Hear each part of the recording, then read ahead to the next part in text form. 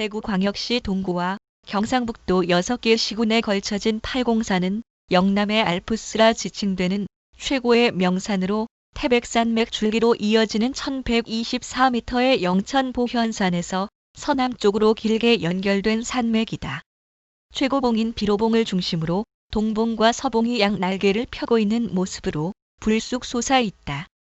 팔공산을 중심으로 대구광역시와 경상북도의 경계에 형성된 환상의 산지는 이른바 팔공산맥이라고 하는데, 이 산맥은 대구 분지의 북부를 병풍처럼 가리고 있다.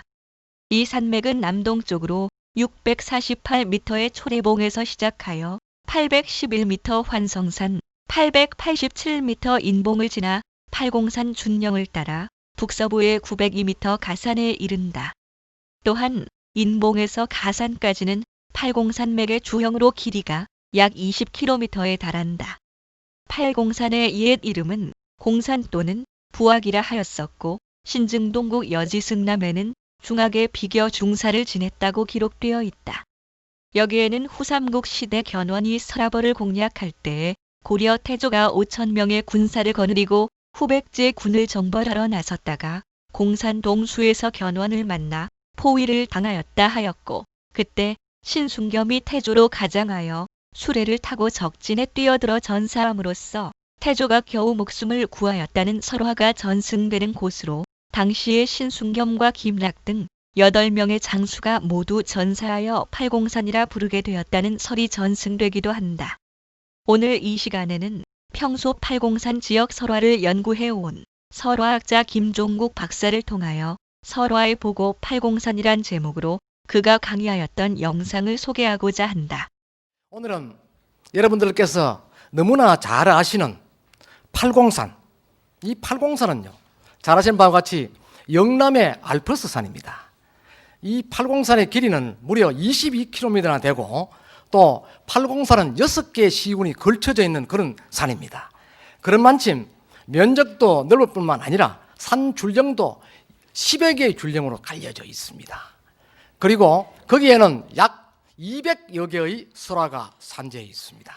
그 설화 속에는 왕과 관련된 설화, 또 장군과 관련된 설화, 또 불교적인 설화가 대표적으로 전승되고, 그 밖에도 민중신앙과 관계된 그러한 설화가 대부분으로 이렇게 전승되고 있습니다. 또 팔공산이 역사적으로 우리 민족의 애완과 관계되는 그런 이야기, 또 신라의 대장군이었던 김유신 장군을 키워주었던 그런 명산으로도 알려지고 있습니다. 그리고 또 한편으로는 선덕 여왕이 몸에 병이 났을 때 피접을 팔공산 쪽에 와서 팔공산 물을 이용하였더니 몸이 깨끗이 나았다. 그렇게 해서 덕름의 부인사에 머물면서 사찰을 창건해 주었는데, 그 기념을 하기 위해서 그곳에 지금까지도 숙모전이라 해서 선덕 여왕의 어진을 모시고 있다. 이러한 설화적 근거 등등을 토대로 해서 시간이 허락하는 범위 내에서 제가 오늘 강의를 할 계획입니다. 팔공산의 지명부터 시작하겠습니다. 이 팔공산은 본래 신라 때는 중악산이다 라고 했습니다. 중악산이라 했는데, 이 중악산을 또 다른 말로 뭘 했냐, 부악산이다. 본래 신라는요, 삼산오악이라 해서 삼산오악이라 해서 큰 제사를 신라 호국신에게 지냈는데, 본래는 삼산사악이었다. 사악이었는데 중악산을 하나 넣고 삼산오악이라 불렀다라고 합니다. 그래서 본래의 산 이름은 팔공산이 아니었는데, 또 중악산도 아니었고 이름을 알 수 없는 그런 산이었더랬었는데, 신라 시대에 와서 김유신 장군과 관계하여서 중악산이라 불렀다는 것입니다. 그리고 이 중악산이 신라의 삼산오악에 포함되어서 신라의 중재, 대제를 지냈던 산으로 알려지고 있다는 것이죠. 그래서 이 삼산오악, 오악이라는 것은 동서남북을 의미합니다.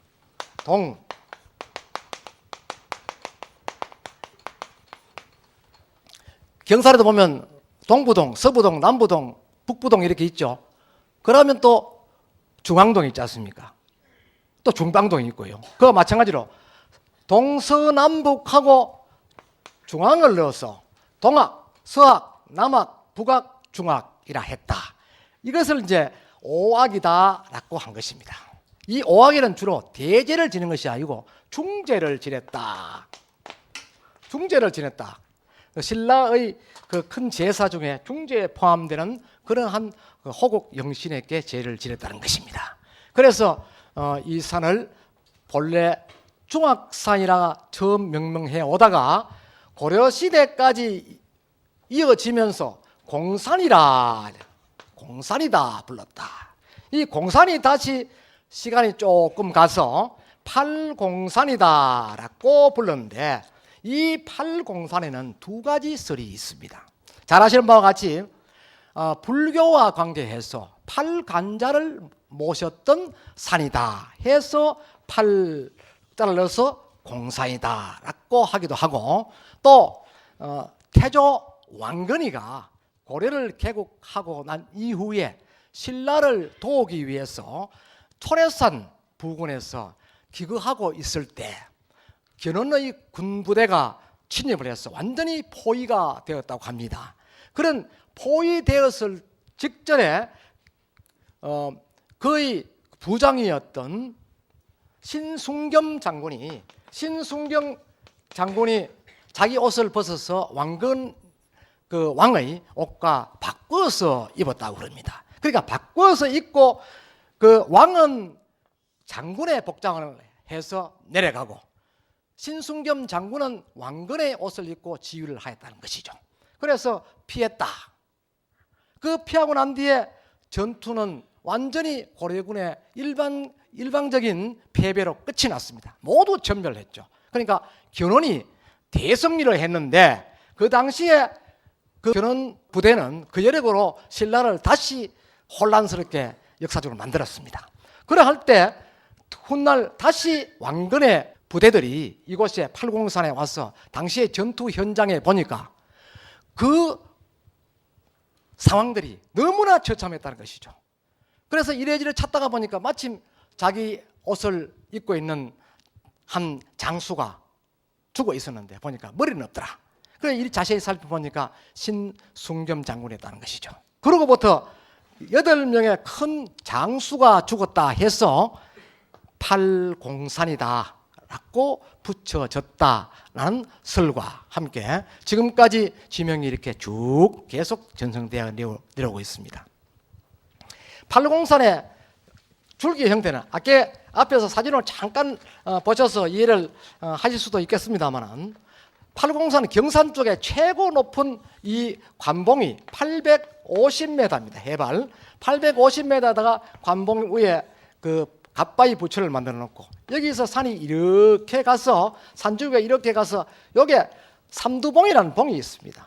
여기에서 쭉 이렇게 내려옵니다. 산줄기가 이렇게 내려오는데 여기 가면은 동아사 쪽에 가고 요리는 또 은혜사 쪽으로 가고 이렇게 갈리도록 되어 있습니다. 그리고 이 속에는 불룩불룩한 그 산허리에 큰 바위군들이 이렇게 만들어져 있죠. 그런데 중요한 것은 이 산의 지형이 이렇게 돌아서 이렇게 꼬리를 땅바닥에 감추었는데 이 꼬리를 감춘 부분이 어디냐? 큰 저수지다 이게 저수지라는 것입니다. 이 저수지가 어디냐면 와촌면 대동에 있는 마을 앞 저수지입니다. 본래 와촌면 여기 와촌면 분 계시는지 모르겠는데 와촌면은 그 앞산들이 마치 화산 불의 산처럼 이렇게 생겨서 풍수지리학적으로 비보를 하기 위해서 풍수지리학적 비보가 바로 그 말 앞에 큰 지당을 파는 겁니다. 지당. 못을 파는 것이죠. 못을 파서 불의 기운이 들어오면 일단 그 집 말 앞에서 기운이 쇄진하도록 이렇게 풍수의 비법을 쓴 것이죠. 그렇게 하였던 것이 훗날 이 밑에 논을 만들고 이렇게 하면서 이 저수지를 더 크게 만들었던 것으로 보입니다. 그러나 우리가 가까이 이 정상에서 여러분들이 내일이라도 올라가셔서 자세히 살펴보면은 이 산주기가 마치 거대한 용이 덕천하는 처럼 성천하는 모양으로 이렇게 만들어져 있다는 것이죠. 바꾸어 말하면은 동해의 그 바다에서 용이 이렇게 땅속으로 들어와서 이 저수지를 통해서 이렇게 성천을 해 올라가다가 문득 여우에서 전설 속의 이야기와 같이 의연대사가 산 혀를 눌러서 중지시켰다는 것입니다. 그래서 보편적으로 산 정상에는 부처가 있는 것은 누가 불상을 지느냐, 어떻게 그 높은 곳에 불상을 조성할 수 있었나 하는 것은 설화적인 측면에서 해석은요, 보편적으로는 학이 만들었다. 학이 날라와서 돌을 나르고 사람을 데려오고 깎고 이렇게 했다라고 되어 있습니다.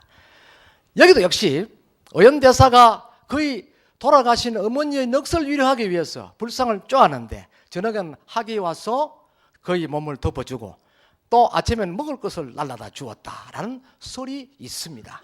그런 걸 보았을 때는 아주 높은 정상에는 학과 관련된 그러한 창건기가 국내에 대부분이라는 것입니다.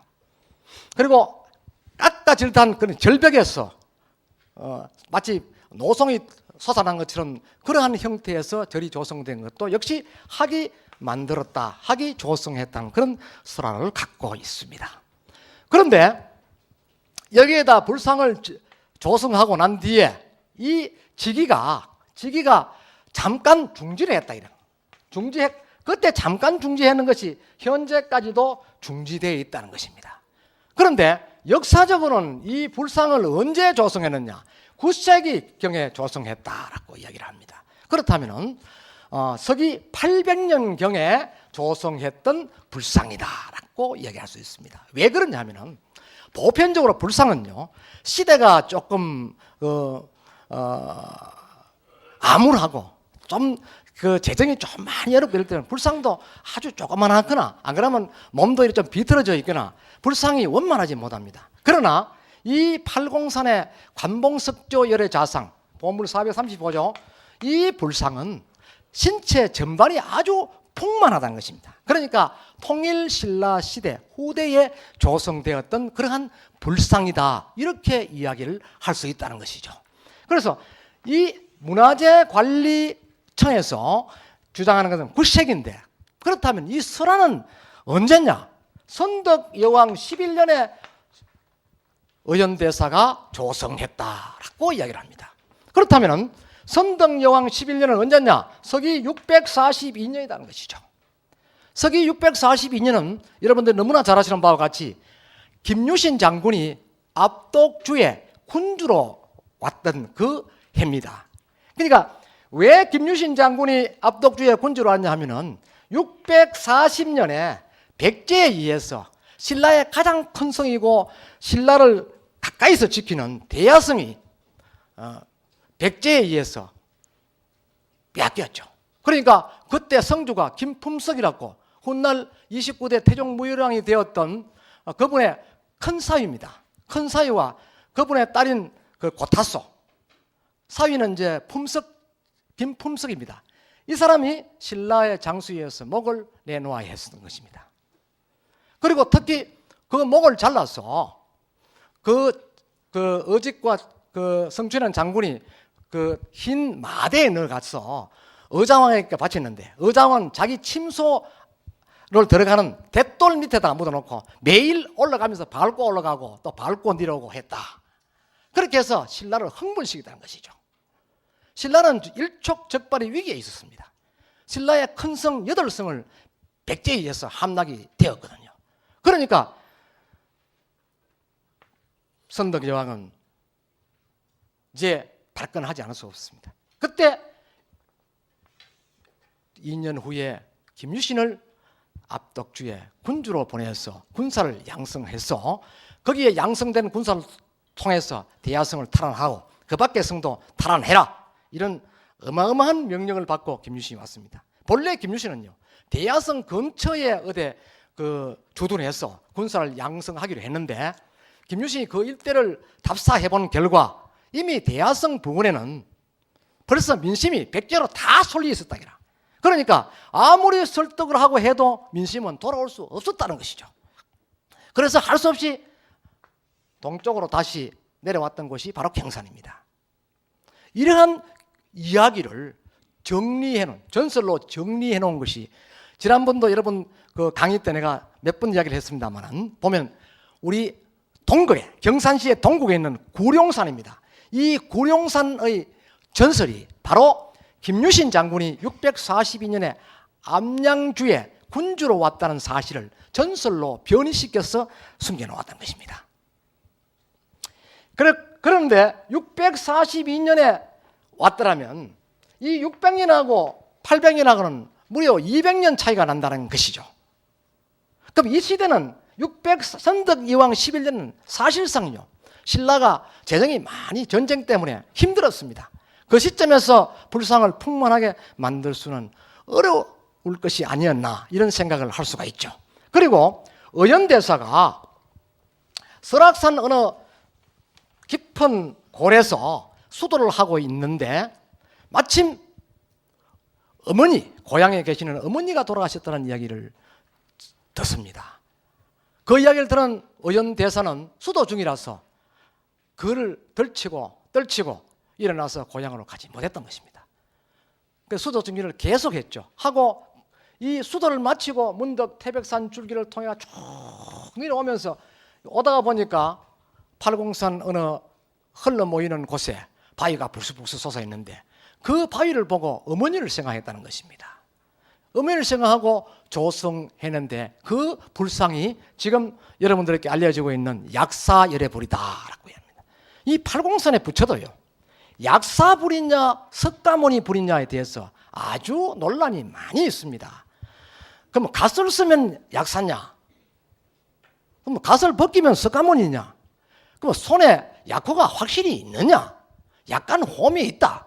그럼 어쨌든 간에요, 항마 촉진을 오른손과 무릎팍을 누른다는 것입니다. 마귀를 누르고 땅을 가리킨다. 그래서 항마 촉진이다라고 이야기하는데, 항마 촉진은 부처님이 성도했을 때 갖추었던 수인입니다. 그래서 그 모습을 하고 있다 해서 석가모니 불이다라고 이야기하는데, 또 보편적으로 왼손에 약병을 이렇게 들고 있다면은 약사불이다라고 이야기합니다. 그 약병은 보편적으로 둥근데 왜 둥근냐?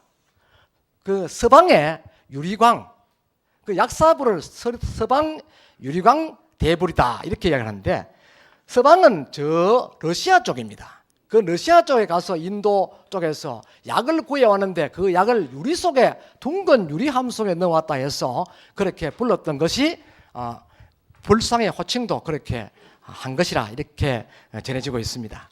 그런데 이 약호를 들고 있다면은 이 약사불이다. 그럼 약사불로 보자 이것입니다. 약사불로 본다면은 이 갓바위 부처는 의연대사가 돌아가신 어머니를 위해서 추성공양, 어머니를 그 좋은 곳에 이렇게 모시기 위해서 영가를 위로하는 그런 공양을 하기 위해서 불상을 만들었다면 보편적으로 상징적 불이 지장보살입니다. 그런데 왜 의연대사는 약사불을 만들었을까? 돌아가신 어머니가 병이 아파 누우는 것 같으면 약사불이 되는데 왜 약사불이라고 호칭할 수 있는가 하는 것입니다. 그래서 여기에 대한 미스터리와 여러 가지 의견이 많이 있습니다.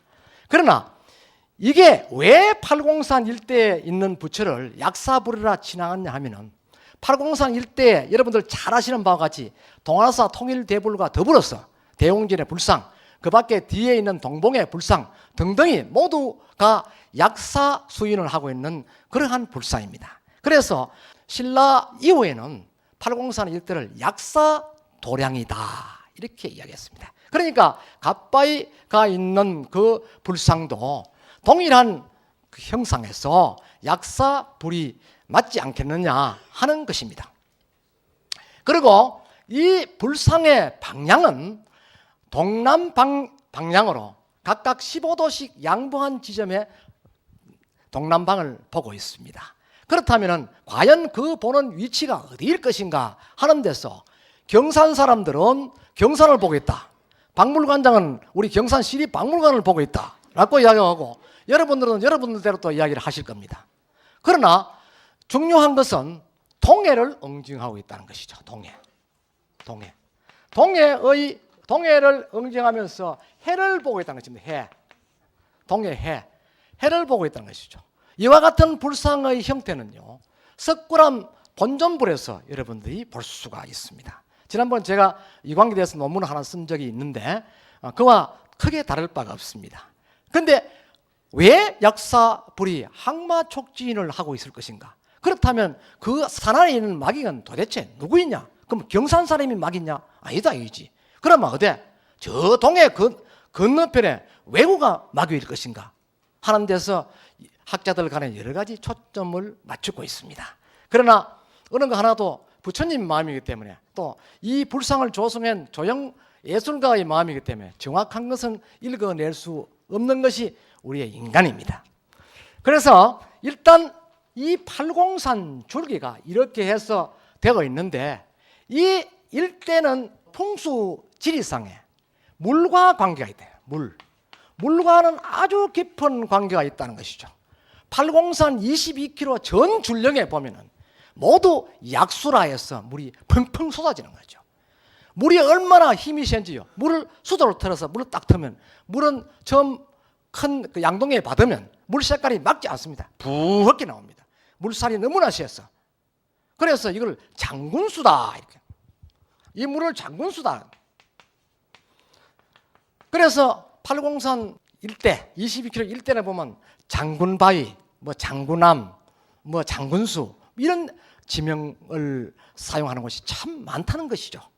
그런데 본래는 이 장군신앙을 추종하기 이전에는 팔공산 일대가 용왕신앙의 중심지가 됐다. 이 용왕신앙의 중심이라는 것은 곧 물이 근간이 된 그런 신앙체가 만들어졌다는 것이죠.